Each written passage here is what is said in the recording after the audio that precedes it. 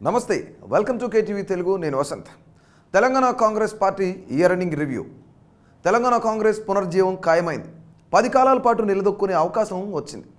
రేవంత్ రెడ్డి నాయకత్వంలో party super success అయింది. తెలంగాణ వచ్చిన పార్టీగా కాంగ్రెస్ చేసిన అప్పీలుకు సగటు ఓటర్ సానుకూలంగా స్పందించారు. కాంగ్రెస్ 6 గ్యారంటీలను ఓటర్లు విశ్వసించారు. దీనితో అసెంబ్లీ ఎన్నికల్లో ఘన విజయం సాధించింది. 2023లో కాంగ్రెస్కు అన్ని మంచి శకునాలే కనిపించాయి. నమస్తే, వెల్కమ్ టు కేటీవీ తెలుగు. నేను Vasanth. Telangana Congress party year ending review. Telangana Congress పునర్జీవం ఖాయమైంది. 10 కాలాల పాటు నిలదొక్కునే అవకాశం వచ్చింది. రేవంత్ రెడ్డి నాయకత్వంలో పార్టీ సూపర్ సక్సెస్ అయింది. తెలంగాణ వచ్చిన పార్టీగా కాంగ్రెస్ చేసిన అప్పీలుకు సగటు ఓటర్ సానుకూలంగా స్పందించారు. కాంగ్రెస్ 6 గ్యారంటీలను ఓటర్లు విశ్వసించారు. దీనితో అసెంబ్లీ ఎన్నికల్లో ఘన విజయం సాధించింది. 2023లో కాంగ్రెస్కు అన్ని మంచి శకునాలే కనిపించాయి. తెలంగాణ కాంగ్రెస్ కు 2023 కలకాలం గుర్తుండిపోయే ఏడాదే అవుతుంది. తెలంగాణ ఇచ్చిన పార్టీగా 10 ఏళ్లు అధికారానికి దూరంగా ఉన్న పార్టీని ఎట్టకేలకు ప్రజలు ఆదరించారు. ఇక బీఆర్ఎస్ చాలు, మీరు వచ్చి పాలించండి అంటూ చిటికేసి పిలిచారు. రాష్ట్రాన్ని అవినీతి రహిత, ఆశ్రిత పక్షపాతానికి వీలులేని ప్రాంతంగా మార్చాలని సగటు ఓటర్లు చెప్పకనే చెప్పారు. దశాబ్దం పాటు ఎన్నో ఆటుపోట్లను ఎదుర్కొన్న కాంగ్రెస్ పార్టీకి 2023 చాలా సాఫీగా గడిచిపోయింది. అందరి చూపు కాంగ్రెస్ వైపు పడింది. రాష్ట్రంలోని ప్రతి ఒక్క రాజకీయ నాయకుడు కాంగ్రెస్లో చేరేందుకు పోటీ పడ్డారు. బీజేపీ వైపుకు వెళ్లాలనుకున్న వాళ్లు సైతం హస్తం గూటికి చేరి ఊపిరి పీల్చుకున్నారు. పార్టీని బలోపేతం చేస్తామని ప్రతినబూనారు. వారి ఆశలు, ఆకాంక్షలు నెరవేరుతూ కాంగ్రెస్ విజయం సాధించింది. 2023లో కాంగ్రెస్ పట్టిందల్లా బంగారమైంది. పార్టీ జాతీయ నేతలు రాష్ట్రానికి క్యూ కట్టారు. పిలిచిందే తడువుగా వచ్చి వెళ్లారు. ప్రాంతీయ నేతలు స్థానిక కార్యకర్తలను ఎప్పటికప్పుడు ఉత్తేజపరిచారు. ఇది మీ పార్టీ అని ఫీలింగ్ కల్పించారు. నేతల కరిష్మాతో కూడా ఓట్లు రాలేయనే చెప్పక తప్పదు.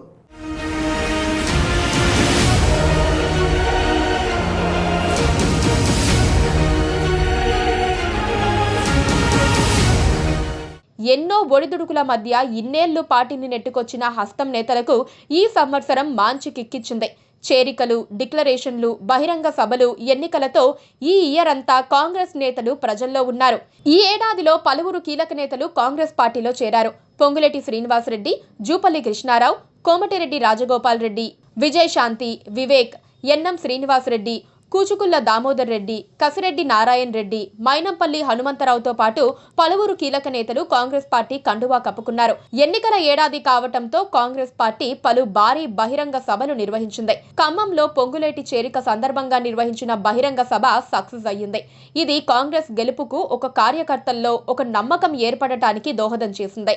హైదరాబాద్ తాజ్ కృష్ణ వేదికగా 3 రోజుల పాటు సిడబ్ల్యూసి సమావేశాలు కూడా ఈ సంవత్సరంలో జరిగాయి. కాంగ్రెస్ అగ్రనేతలంతా 3 రోజులు హైదరాబాద్లోనే ఉన్నారు. సిడబ్ల్యూసి సమావేశాల ముగింపు సందర్భంగా తుక్కుగూడలో నిర్వహించిన బహిరంగ సభ సక్సెస్తో కాంగ్రెస్ గెలుపుపై నేతల్లో, ప్రజల్లో విశ్వాసం పెరిగింది. కాంగ్రెస్ ప్రకటించిన 6 గ్యారంటీలు జనంలోకి బాగానే వెళ్ళాయి. సోనియా కుటుంబం స్వయంగా వచ్చి గ్యారంటీలను ప్రకటించడంతో అమలుకు అవకాశాలపై జనంలో విశ్వాసం పెరిగింది. హామీలు నెరవేర్చుతుందని నమ్మి మరీ ఓటేశారు. పైగా అధికారానికి వచ్చిన 100 రోజుల్లో హామీలు నెరవేరుస్తామని టీపీసీసీ అధ్యక్షుడు రేవంత్ రెడ్డి హామీ ఇవ్వడం కలిసొచ్చే అవకాశం.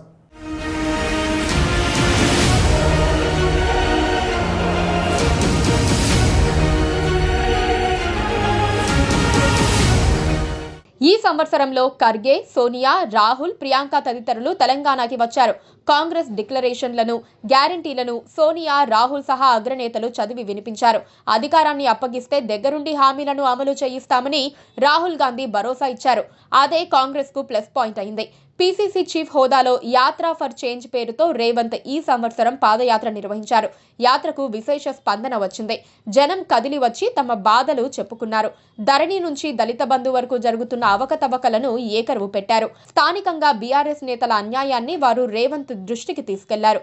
కనీస వసతుల కల్పనలో బీఆర్ఎస్ ప్రభుత్వం విఫలమైందని ససాక్ష్యంగా వివరించారు. ప్రాజెక్టులు ఒట్టి మాటేనని ఏకరువు పెట్టారు. 24 గంటల ఉచిత విద్యుత్ అందటం లేదన్నారు. డబుల్ బెడ్రూమ్ల ఊసే లేదన్నారు.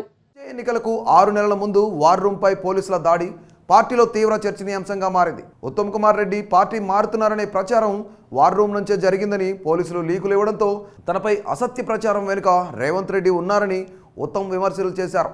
దీంతో ఉత్తమ్ కుమార్ రెడ్డి, రేవంత్ రెడ్డి మధ్య కొన్ని రోజుల పాటు పరోక్ష యుద్ధం నడిచింది.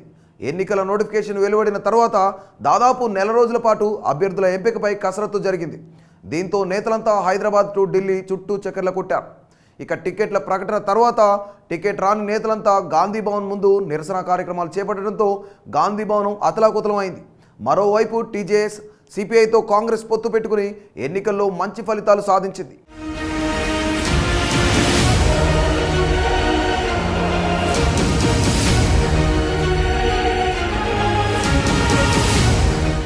మరోవైపు సీఎల్పీ నేత బట్టి విక్రమార్క సైతం 2023లోనే పీపుల్స్ మార్చ్ పేరుతో పాదయాత్ర చేశారు. విక్రమార్క జనంలో మమేకమయ్యారు. సమస్యలు తెలుసుకుంటూ వాటిని నమోదు చేసుకుంటూ ముందుకు సాగారు. అధికారంలో వస్తే చెయ్యబోయేదేంటో వివరించారు. ఇక రామప్ప నుంచి రాహుల్ గాంధీ చేసిన బస్సు యాత్ర కాంగ్రెస్ కు అతిపెద్ద బూస్టింగ్ నిచ్చింది. ప్రియాంక యూత్ డిక్లరేషన్ తో పాటు మహిళా డిక్లరేషన్, ఎన్నికల ప్రచార సభలలో పాల్గొని కాంగ్రెస్ గెలుపుకు ఆమె చేసిన కృషి అందరినీ ఆకట్టుకుంది. మరోవైపు బోయిన్పల్లిలో ఉన్న కాంగ్రెస్ పార్టీ సొంత స్థలంలో గాంధీ ఐడియాలజీ సెంటర్ కోసం తుక్కుగూడ సభలో శంకుస్థాపన చేశారు. చేవెళ్లలో ఎస్సీ ఎస్టీ డిక్లరేషన్ నిర్వహించగా సభకు ఏఐసీసీ అధ్యక్షుడు ఖర్గే హాజరయ్యారు. ఇక కామారెడ్డిలో కాంగ్రెస్ పార్టీ బీసీ డిక్లరేషన్ ను ప్రకటించింది. ఈ సభకు కర్ణాటక సీఎం సిద్ధరామయ్య హాజరయ్యారు. హైదరాబాద్ లో మైనారిటీ డిక్లరేషన్ ప్రకటించగా దీనికి సల్మాన్ ఖుర్షీద్ అటెండ్ అయ్యారు.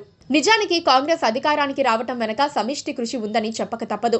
కొందరు నేతల తీరు నచ్చకపోయినా ద్వితీయ శ్రేణి నేతలు సర్దుకుపోయారు. పీసీసీ చీఫ్ రేవంత్ రెడ్డి అందరినీ కలుపుకుపోయారు. తన హోదాను పక్కన పెట్టి మరీ చాలా మంది నేతలను కలిశారు. అలిగిన వారిని బుజ్జగించటంలో సక్సెస్ అయ్యారు. మిత్రపక్షం సిపిఐతో కలిసి 65 సీట్లతో కాంగ్రెస్ ప్రభుత్వం ఏర్పాటు చేసింది.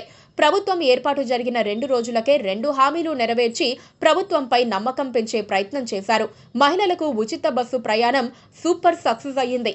పేద ప్రజానికానికి ఈ స్కీమ్ బాగానే ఉపయోగపడుతోంది. 68% ఉన్న టీఎస్ఆర్టీసీ ఆక్యుపెన్సీ అమాంతం 88% పెరిగింది.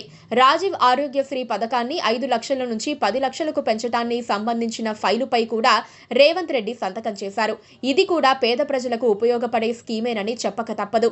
నిన్నటి బీఆర్ఎస్ ప్రభుత్వ అవినీతిని తవ్వితీసి నిందితులను న్యాయస్థానం ముందు నిలబెడతానని రేవంత్ రెడ్డి చేసిన శబదం అమలు దిశగా అడుగులు వేస్తోంది. అధికారుల నుంచి వివరాలు తెప్పించుకునే ప్రక్రియ ప్రారంభమైంది. నెర్రెలిచ్చిన మేడిగడ్డను మంత్రులు సందర్శించి పరిస్థితిని అంచనా వేశారు. కేసీఆర్ కుటుంబ లగ్జరీలకు, ఖరీదైన కార్ల కొనుగోలుకు రాష్ట్ర ఖజానా ఎలా దుర్వినియోగమైందో ఇప్పుడిప్పుడే బయటకు వస్తోంది. అధికారానికి వస్తే చాలదు, ఇచ్చిన హామీలను నెరవేర్చాల్సి ఉంటుంది. ఇక ఇన్ని రోజులు ప్రతిపక్ష పాత్ర పోషించిన కాంగ్రెస్ ఇప్పుడు బాధ్యతాయుతమైన అధికార పార్టీగా మారింది. అయితే ఇన్ని రోజులుగా చేసినట్లు విమర్శలు చేయకుండా ఇప్పుడు విమర్శలకు జవాబు చెప్పాల్సి ఉంటుంది. ఇక 6 గ్యారంటీలను అమలు చేసే ప్రక్రియలో భాగంగా అన్నింటికీ కలిపి ఒకే దరఖాస్తును ఆహ్వానించే ప్రక్రియ ప్రారంభమైంది. అంటే ముందు తెలంగాణ ప్రజలకు సహేతుకమైన మేలు జరగడం ఖాయమని తేలిపోయింది. 2024 కూడా కాంగ్రెస్ పార్టీకి తెలంగాణకు మంచి రోజులేనని చెప్పక తప్పదు.